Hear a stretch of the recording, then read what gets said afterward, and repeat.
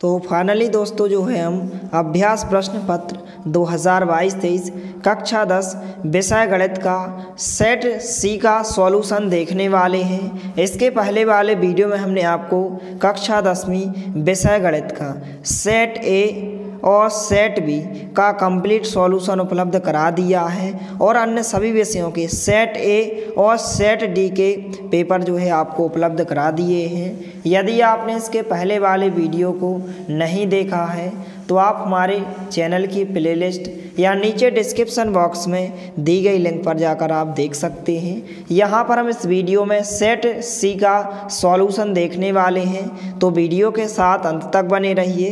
तो पहला प्रश्न इस प्रकार से पूछा गया है, सही विकल्प चुनिए। पहला प्रश्न है संख्या 5, 15, 20 के लिए एलसीएम और एचसीएफ का अनुपात होगा तो कितना हो जाएगा? 12:1 होगा। डी नंबर का ऑप्शन इसका उत्तर होगा। दूसरा प्रश्न है रेखीय बहुपद ax + b का शून्यक होगा तो क्या हो जाएगा? -b/a। सी नंबर का ऑप्शन इसका उत्तर होगा। तो सभी प्रश्नों के उत्तर को आप अच्छे से लिखते जाइए। इसके बाद तीसरा प्रश्न इस प्रकार से पूछा गया है, तो अद्वितीय हल होने के लिए जो शर्त होती है a1/a2 बराबर नहीं होता b1/b2 के, तो तीसरे प्रश्न का उत्तर होगा ए नंबर का ऑप्शन।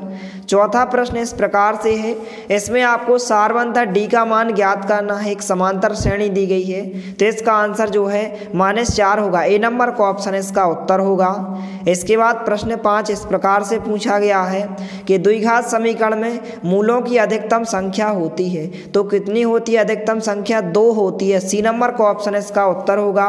प्रश्न 6 इस प्रकार से पूछा गया है, यहाँ पर 2 बिंदु दिए गए हैं, त्रिभुज के शीर्ष के 2 बिंदु दिए गए हैं, इनके केंद्रक के निर्देशांक होंगे तो क्या होंगे? यहाँ पर 1 और 2 होंगे। बी नंबर का ऑप्शन इसका राइट आंसर होगा। तो इस प्रकार से सभी प्रश्नों के उत्तर को आप अच्छे से लिखते जाइए। इसके बाद दूसरा प्रश्न है रिक्त स्थान भरिए। पहला खाली स्थान है करनी दो एक खाली स्थान संख्या तो क्या है? अपरिमेय संख्या है। पहले खाली स्थान का आंसर अपरिमेय होगा। इसके बाद दूसरा खाली स्थान है द्विघात समीकरण x² + x - 1 बराबर 0 के मूलों की प्रकृति होगी तो मूल कैसे होंगे? वास्तविक और भिन्न होंगे। तो दूसरे खाली स्थान के उत्तर में आपको क्या लिखना है? वास्तविक लिखना है। और आपको क्या लिखना है? वास्तविक और भिन्न। इस प्रकार से मूलों की प्रकृति होगी। तीसरा खाली स्थान है 2 समरूप त्रिभुजों की भुजाओं का अनुपात 9:11 है तो उनके क्षेत्रफलों का अनुपात होगा तो कितना हो जाएगा? 81:121 होगा। तीसरे खाली स्थान का जो उत्तर होगा कितना होगा? 81:121 होगा। इसके बाद चौथा खाली स्थान है बिंदु 4 0 किस अक्ष पर स्थित हैं तो x अक्ष पर स्थित है। चौथे खाली स्थान का जो उत्तर होगा x अक्ष होगा। इसके बाद पांचवा खाली स्थान है 3 मीटर ऊंची मीनार के पाद से 3 मीटर दूर स्थित बिंदु पर मीनार की चोटी का उन्नयन कोण होगा तो कितना होगा? 45 अंश होगा। पांचवें खाली स्थान का उत्तर 45 अंश होगा। और इन प्रश्नों के उत्तर आपको एक साथ यहाँ पर लिखित रूप में आपको बताए जाएंगे, तो वीडियो के साथ अंत तक बने रहिए। इसके बाद प्रश्न 6 में खाली स्थान इस प्रकार से पूछा गया है, वृत्त के केंद्र से जीवा पर डाला गया लंब जीवा को क्या करता है? समद्विभाजित करता है। क्या करता है? समद्विभाजित करता है। तो छठवें खाली स्थान का उत्तर क्या हो जाएगा? समद्विभाजित इसका राइट आंसर होगा।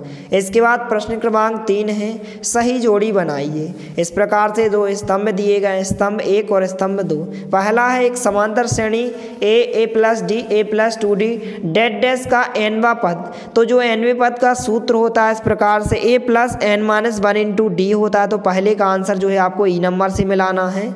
दूसरा दिया गया है समांतर श्रेणी a + d a + 2d dash का n पदों का योग का जो सूत्र होता है n/2 2a + n - 1 × d होता है, आपको f नंबर से मिला देना है। तीसरा है इस प्रकार से इन संख्याओं का आपको समांतर माध्य ज्ञात करना है तो समांतर माध्य कितना हो जाएगा? 8 हो जाएगा। ए नंबर का ऑप्शन इसका राइट आंसर होगा तीसरे का।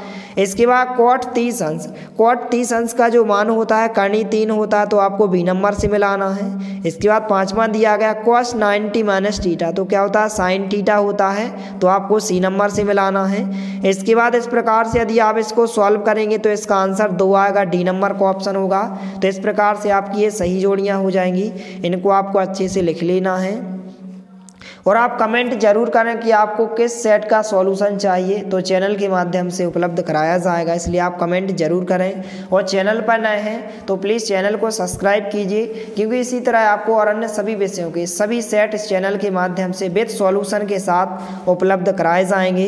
इसके बाद जो है प्रश्न क्रमांक 4 है, इस प्रकार से प्रश्न पूछे गए हैं, तो हम सभी प्रश्नों के उत्तर देखने वाले हैं। इसके बाद प्रश्न क्रमांक 5 में जो है सत्य असत्य पूछे गए हैं इस प्रकार से, तो हम इनके आंसर देख लेते हैं। तो सबसे पहले जो है प्रश्न क्रमांक 1 के सभी प्रश्नों के उत्तर हो जाएंगे, इनको आप अच्छे से नोट कीजिए। इस प्रकार से कुल 6 प्रश्न पूछे गए थे, 6 प्रश्नों के उत्तर हो जाएंगे, तो इनका आप स्क्रीनशॉट ले लीजिए। इस प्रकार से आपको अपनी कॉपी में अच्छे से लिख लेना है। इस प्रकार से प्रश्न 1 के उत्तर हो जाएंगे। इसके बाद प्रश्न क्रमांक 2 में रिक्त स्थान पूछे गए थे, इस प्रकार से कुल 6 रिक्त स्थान पूछे गए थे, इस प्रकार से उत्तर हो जाएंगे, इनको भी आप अच्छे से लिख लीजिए। इसके बाद जो है प्रश्न क्रमांक 3 में सही जोड़ियां पूछी गई थी, तो इस प्रकार से उत्तर हो जाएंगे। इनके सामने जो है इनके उत्तर लिखे गए हैं, तो इस प्रकार से आप इनको अच्छे से लिख लीजिए। इस प्रकार से प्रश्न क्रमांक 3 का उत्तर हो जाएगा। इसके बाद प्रश्न क्रमांक 4 में एक शब्द या एक वाक्य में प्रश्न पूछे गए, तो इस प्रकार से उत्तर हो जाएगा। पहले प्रश्न का जो उत्तर होगा पाइथागोरस प्रमेय इस प्रकार से होता है कि समकोण त्रिभुज में कर्ण का वर्ग शेष 2 भुजाओं के वर्गों के योग के बराबर होता है। कर्ण का वर्ग बराबर लंब का वर्ग प्लस आधार का वर्ग, पहले क्वेश्चन का आंसर होगा। दूसरे प्रश्न का जो उत्तर होगा कर्णी के अंदर x वर्ग प्लस y वर्ग। तीसरे प्रश्न का जो विभक्त कर का सूत्र होता है d बराबर b वर्ग माइनस 4ac होता है। चौथे प्रश्न में जो है उन्नयन कोण की परिभाषा पूछी गई, तो इस प्रकार से आप उत्तर लिखेंगे, यहाँ से लेकर यहाँ तक चौथे प्रश्न का उत्तर होगा। पांचवें प्रश्न का जो उत्तर होगा केवल 1, और छठवें प्रश्न का उत्तर पाई आर वर्ग होगा, तो इनको आप अच्छे से अपनी कॉपी में लिख लीजिए।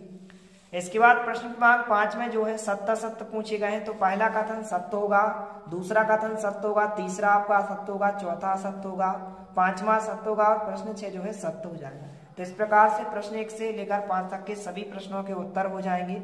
इसके बाद हम प्रश्न 6 से सभी प्रश्नों के हल देखने वाले हैं। तो प्रश्न 6 में इस प्रकार से क्वेश्चन पूछा गया है कि अभाज्य गुणनखंड विधि से जो है 3825 के अभाज्य गुणनखंड विधि से अभाज्य गुणनफलों के गुणनफल के रूप में व्यक्त कीजिए। तो हमें इसका हल देखने वाले हैं प्रश्न क्रमांक 6 का। तो इस प्रकार से उत्तर दिया गया है, यहाँ पर आप देख सकते हैं। आपको जो है यहाँ से लेकर आपको यहाँ तक इस प्रश्न के हल को आपको अच्छे से लिख लेना है। अभाज्य गुणनखंड विधि से इनके गुणनफलों के गुणनफल के रूप में इस प्रकार से आप व्यक्त करेंगे 3825। तो इस प्रकार से हल हो जाएगा, इसको आप अच्छे से लिख लीजिए।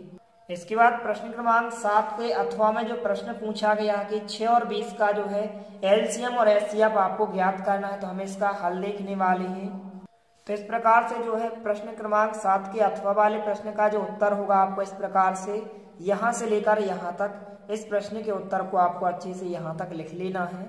इस प्रकार से एचसीएफ कितना हो जाएगा, यहाँ पर इस प्रकार से दिया गया है 2 हो जाएगा, और एलसीएम जो है 60 हो जाएगा। केवल यहाँ तक आप लिख सकते हैं या फिर आप यहाँ तक भी लिख सकते हैं। इस प्रकार से प्रश्न 7 का जो है अथवा वाले प्रश्न का उत्तर हो जाएगा।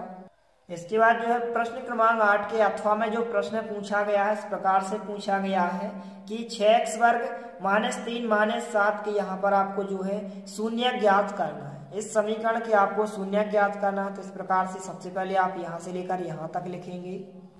इसके बाद जो है आपको यहाँ से लेकर यहाँ तक लिखना है, तो इस प्रकार से शून्य हो जाएंगे। x का मान 3/2 होगा और x का मान माइनस 1/3 होगा। तो इस प्रकार से जो है प्रश्न क्रमांक 8 का उत्तर हो जाएगा, इस प्रकार से आपको लिख लेना है। इसके बाद जो है प्रश्न क्रमांक 9 में इस प्रकार से पूछा गया है कि t वर्ग माइनस 15 के आपको शून्य ज्ञात करना है। तो सबसे पहले आपको यहाँ से लेकर यहाँ तक लिखना है, फिर आप लिखते जाएंगे तो आपको यहाँ तक इस प्रश्न के उत्तर को आपको अच्छे से लिख लेना है। इस प्रकार से t वर्ग माइनस 15 के जो शून्य होंगे अंडर रूट माइनस 15 और प्लस अंडर रूट 15, इस प्रकार से यहाँ से लेकर यहाँ तक लिखना है। इस प्रकार से प्रश्न क्रमांक 9 का हल हो जाएगा, आपको यहाँ से लेकर यहाँ तक अच्छे से लिख लेना है। इसके बाद जो है प्रश्न क्रमांक 10 का अथवा वाला प्रश्न जो पूछा गया है कि अनुपातों A1/A2, B1/B2 और C1/C2 की तुलना कर ज्ञात कीजिए कि निम्नलिखित समीकरण के युग्म संगत है या असंगत है। और दो समीकरण युग्म दिए गए हैं 3x + 2y = 5, 2x - 3y = 7। तो हम इसका हल देखने वाले हैं प्रश्न 10 के अथवा वाले प्रश्न का। तो इस प्रकार से प्रश्न क्रमांक 10 के अथवा वाले प्रश्न का हल हो जाएगा। आपको जो है यहाँ से लेकर आपको यहाँ तक इस प्रकार से इस प्रश्न के हल को आपको अच्छे से लिख लेना है। उक्त रैखिक समीकरणों के युग्म कैसे होंगे, संगत होंगे, तो आपको यहाँ से लेकर यहाँ तक अच्छे से लिख लेना है। इसके बाद प्रश्न क्रमांक 11 इस प्रकार से पूछा गया है कि गुणनखंड विधि से इस द्विघात समीकरण के मूल ज्ञात कीजिए। प्रश्न क्रमांक 11 के अथवा वाले प्रश्न का उत्तर है, तो आपको यहाँ से लेकर यहाँ तक इस प्रश्न के उत्तर को आपको अच्छे से लिख लेना है। इस प्रकार से प्रश्न क्रमांक 11 के अथवा वाले प्रश्न का उत्तर हो जाएगा। इसके बाद जो है प्रश्न क्रमांक 12 का हल हो जाएगा। प्रश्न क्रमांक 12 इस प्रकार से पूछा गया था, यहाँ पर अथवा वाले प्रश्न क्रमांक 12 का कि एक समांतर श्रेणी में इस प्रकार से 4 पद दिए गए हैं, आपको अगले 4 पद ज्ञात करना है। तो इस प्रकार से आप ज्ञात कर सकते हैं। आपको जो है यहाँ से लेकर यहाँ तक इस प्रश्न के उत्तर को आपको अच्छे से लिख लेना है। तो इस प्रकार से प्रश्न क्रमांक 12 के अथवा वाले प्रश्न का उत्तर हो जाएगा। इसको आप अच्छे से नोट करें।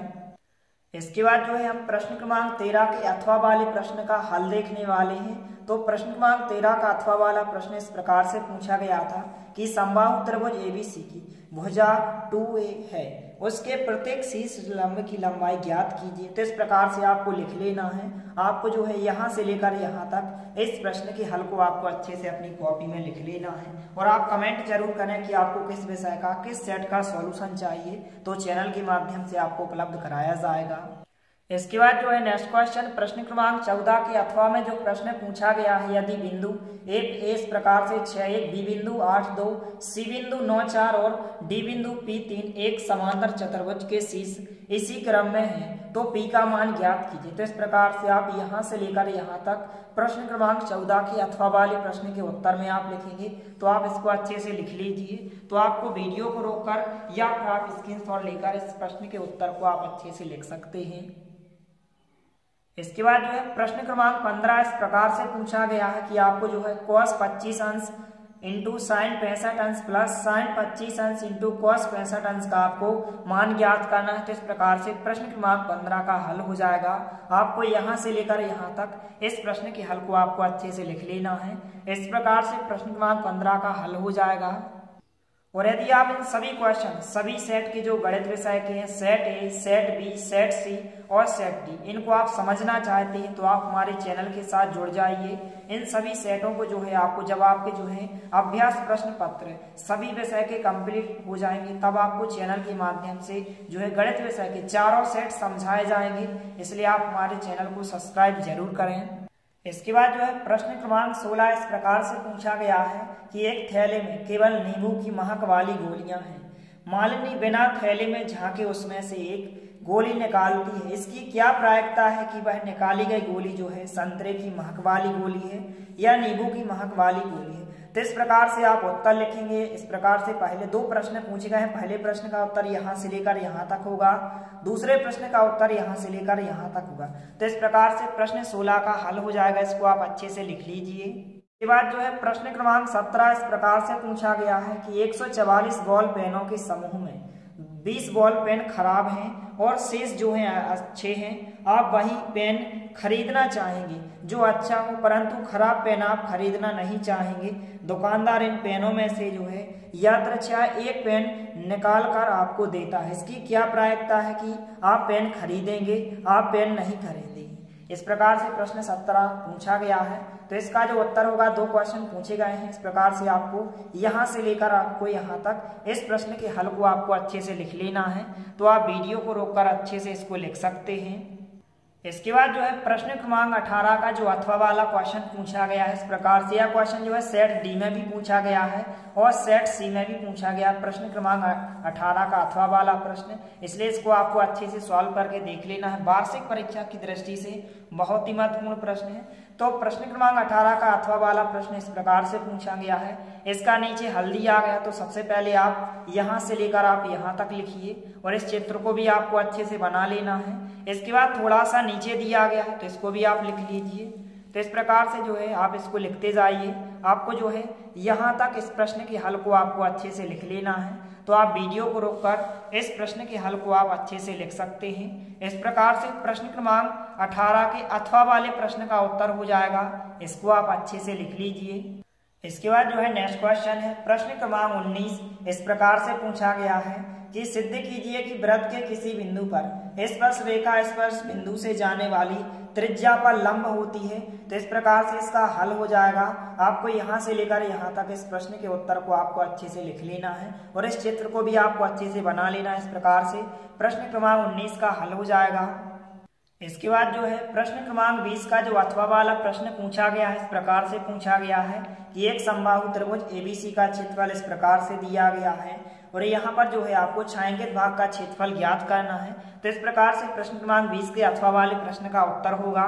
सबसे पहले आपको यहाँ से लेकर इस प्रश्न के उत्तर को आपको यहाँ तक लिखना है और इस चित्र को भी बना लेना है। इसके बाद थोड़ा सा नीचे दिया गया है। तो इस प्रकार से आप जो है यहाँ तक इस प्रश्न के उत्तर को आप अच्छे से लिख सकते हैं। इस प्रकार से प्रश्न क्रमांक 20 की जो है अथवा वाले प्रश्न का उत्तर हो जाएगा। इसको आप अच्छे से लिख लीजिए और इस चित्र को भी आपको अच्छे से बना लेना है। इस प्रकार से चित्र दिया गया है। इसके बाद जो है प्रश्न क्रमांक 21। यहाँ पर इस प्रकार से प्रश्न पूछा गया है कि समीकरण युग्म को x - 2y = 0, 3x + 4y = 20 को प्रतिस्थापन विधि से हल कीजिए। तो इस प्रकार से प्रश्न 21 का हल हो जाएगा। इस प्रकार से सबसे पहले आपको यहाँ से लेकर यहाँ तक लिखना है। फिर इसके बाद थोड़ा सा नीचे दिया गया है। तो इस प्रकार से आप जो है यहाँ से लेकर आप जो है यहाँ तक इस प्रश्न को अच्छे से लिख सकते हैं। तो आप वीडियो को रोककर या फिर आप स्क्रीनशॉट लेकर इस प्रश्न के हल को आप अच्छे से लिख सकते हैं। इस प्रकार से प्रश्न क्रमांक 21 का उत्तर हो जाएगा। इसके बाद जो है प्रश्न क्रमांक 22 का अथवा वाला प्रश्न इस प्रकार से पूछा गया। ऊंचाई 220 सेंटीमीटर दी गई। इस प्रकार से प्रश्न पूछा गया है। तो इस प्रकार से इसका हल होगा। आपको इस चित्र को भी बना लेना है अच्छे से। तो सबसे पहले आप यहाँ से लेकर यहाँ तक इस प्रश्न के हल को लिख लीजिए। फिर इसके बाद थोड़ा सा और है। फिर इसके बाद जो है आपको यहाँ से लेकर आपको यहाँ तक इस प्रश्न के हल को आपको अच्छे से लिख लेना है। इस प्रकार से प्रश्न क्रमांक 22 का उत्तर हो जाएगा। इसके बाद जो लास्ट क्वेश्चन है प्रश्न क्रमांक 23 का अथवा वाला प्रश्न इस प्रकार से पूछा गया है कि निम्नलिखित आंकड़े 225 बिजली उपकरणों के प्रेक्षित जीवन काल यानी कि घंटों में यहाँ पर की सूचना देते हैं। तो उपकरणों का बहुलक जीवन काल ज्ञात कीजिए। तो हम प्रश्न क्रमांक 23 के अथवा वाले प्रश्न का हल देखने वाले हैं। तो इस प्रकार से प्रश्न क्रमांक 23 के अथवा वाले प्रश्न का हल हो जाएगा। आपको यहाँ से लेकर यहाँ तक इस प्रश्न के हल को आपको अच्छे से लिख लेना है। तो इस प्रकार से प्रश्न 1 से 23 तक के सभी प्रश्नों के उत्तर हो जाएंगे। इनको आपको अच्छे से अपनी कॉपी में लिख लेना है और आप कमेंट जरूर करें। यदि आपको किसी भी विषय के किसी सेट का सॉल्यूशन चाहिए तो आप कमेंट जरूर करें। मिलते हैं अगले वीडियो में। तब तक के लिए जय हिंद, वंदे मातरम।